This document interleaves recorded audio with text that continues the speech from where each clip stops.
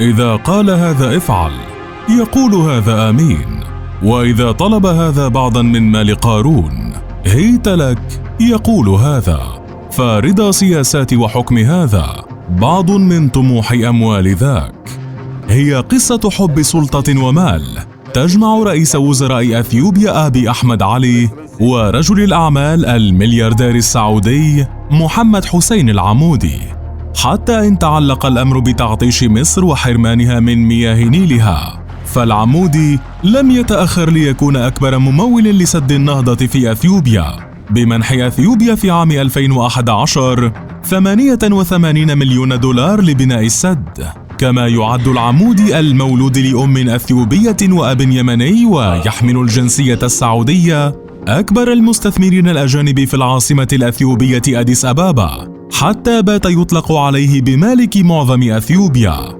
وقد ظهر ولع أبي أحمد بأموال العمودي جليا عندما خرج رئيس وزراء أثيوبيا شخصيا ليعلن الإفراج عن العمودي بعد أن أوقفته السعودية لجانب أمراء وأشخاص نافذين آخرين بتهم فساد عام 2017، حيث أثبتت السلطات السعودية حينها أن العمودي تورط في الحصول على اعتمادات بلغت قيمتها 4 مليارات دولار من صندوق الملك عبد الله للاستثمار الزراعي السعودي لتمويل مشاريع زراعية للأرز في أثيوبيا وبناء رصيف مينائي في إريتريا لتصدير هذا الأرز إلى السعودية، إلا أنه لم يفي بأي من هذه التعهدات بعد أن حصل على الأموال، ولم يطلق سراحه في السعودية حتى عام 2019 ليعود إلى داره بجدة. وتلك لم تكن الفضيحة الأولى التي تطال العمودي، إذ سبق للمغرب اتهامه عام 2015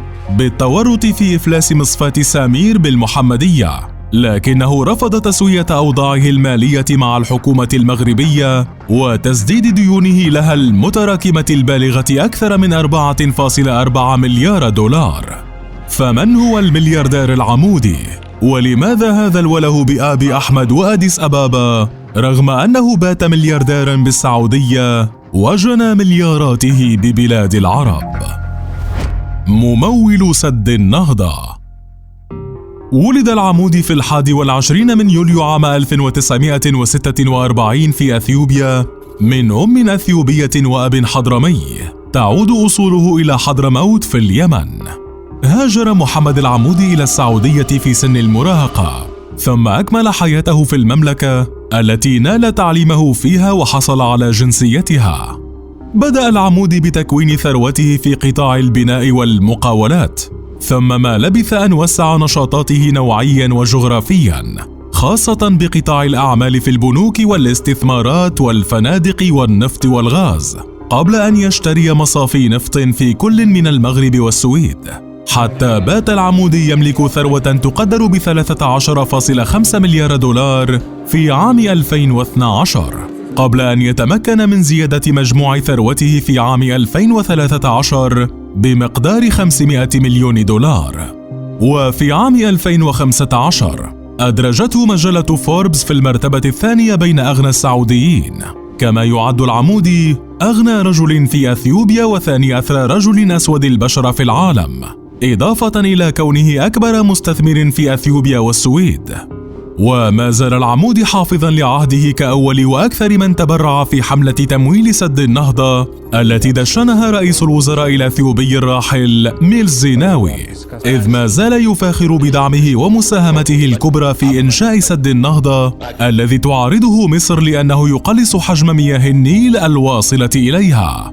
واليوم ما زالت شركات العمودي أبرز ممول حكومة أثيوبيا، خاصة بما يتعلق بإتمام بناء سد النهضة من خلال مصنعين للإسمنت يتم توريد معظم إنتاجهما إلى السد الأثيوبي، إذ ينتج مصنع ديربا ميدروك المملوك للعمودي الذي بدأ تشغيله في فبراير 2012 25% من احتياجات الإسمنت في أثيوبيا، بواقع إنتاج 8,000 طن يوميا بتكلفة استثمارية بلغت 800 مليون دولار، بينما تم تمويل النسبة الأكبر من خلال استثمارات مباشرة من شركة ميدروك.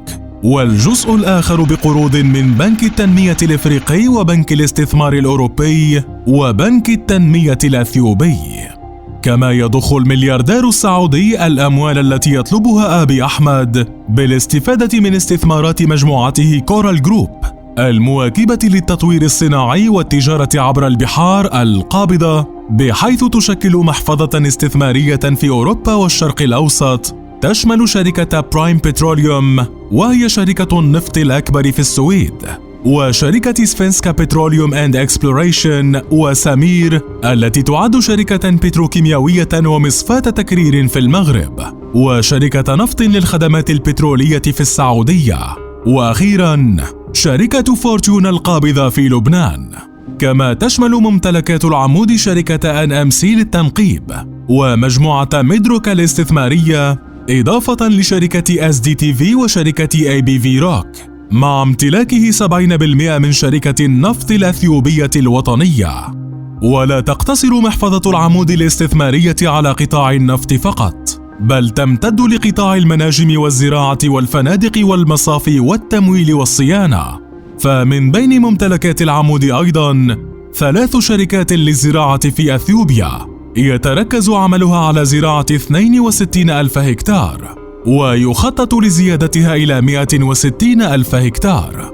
كما حصلت شركة هورايزن على حق زراعة 20,000 هكتار في منطقة بني شنغول التي يقع فيها سد النهضة، ما يجعله أكبر مستثمر في قطاع الزراعة في أثيوبيا من خلال شركتيه سعودي ستار وهورايزن، ما يجعله مصدراً للبن والأرز والزهور والحبوب وأوراق الشاي والخضروات، فضلاً عن عدة مشروعات أخرى في مجال التعدين والتنقيب عن الذهب.